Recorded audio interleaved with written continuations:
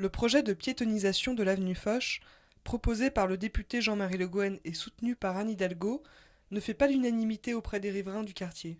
Je pense qu'il y aurait peut-être d'autres endroits qu'on pourrait, je ne dis pas forcément détruire, mais d'autres immeubles qui sont peut-être plus abandonnés et qu'on pourrait reconstruire en logements sociaux, plutôt que de détruire l'avenue Foch.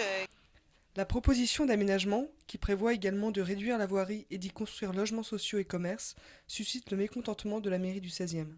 L'avenue Foch, c'est une avenue qui est classée comme monument naturel. En fait, on ne piétonnise pas, vu que les voitures sont amenées à continuer à circuler le long des façades.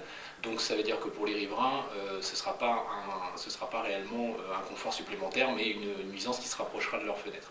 Et dernier élément, nous, ce que l'on souhaite et ce que l'on avait tout simplement proposé, c'est qu'on mette en valeur les espaces végétalisés existants, ce qui est tout à fait conforme à la protection, et puis qu'on s'attaque surtout à l'éclairage public qui date des années 50, qui n'a jamais été rénové, et qui serait plus une priorité que les travaux gigantesques que nous annonce la mairie de Paris et qui nous semble pour le moins relever plus de la vue d'artiste que d'une réalité concrète.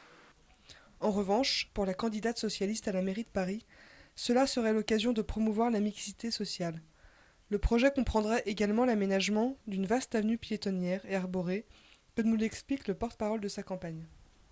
On a un projet plus général qui est de réduire la place de la voiture à Paris et on considère que sur cette avenue, on aurait la possibilité de faire un Central Park parisien en végétalisant cet espace-là et en limitant la circulation sur les contre-allées.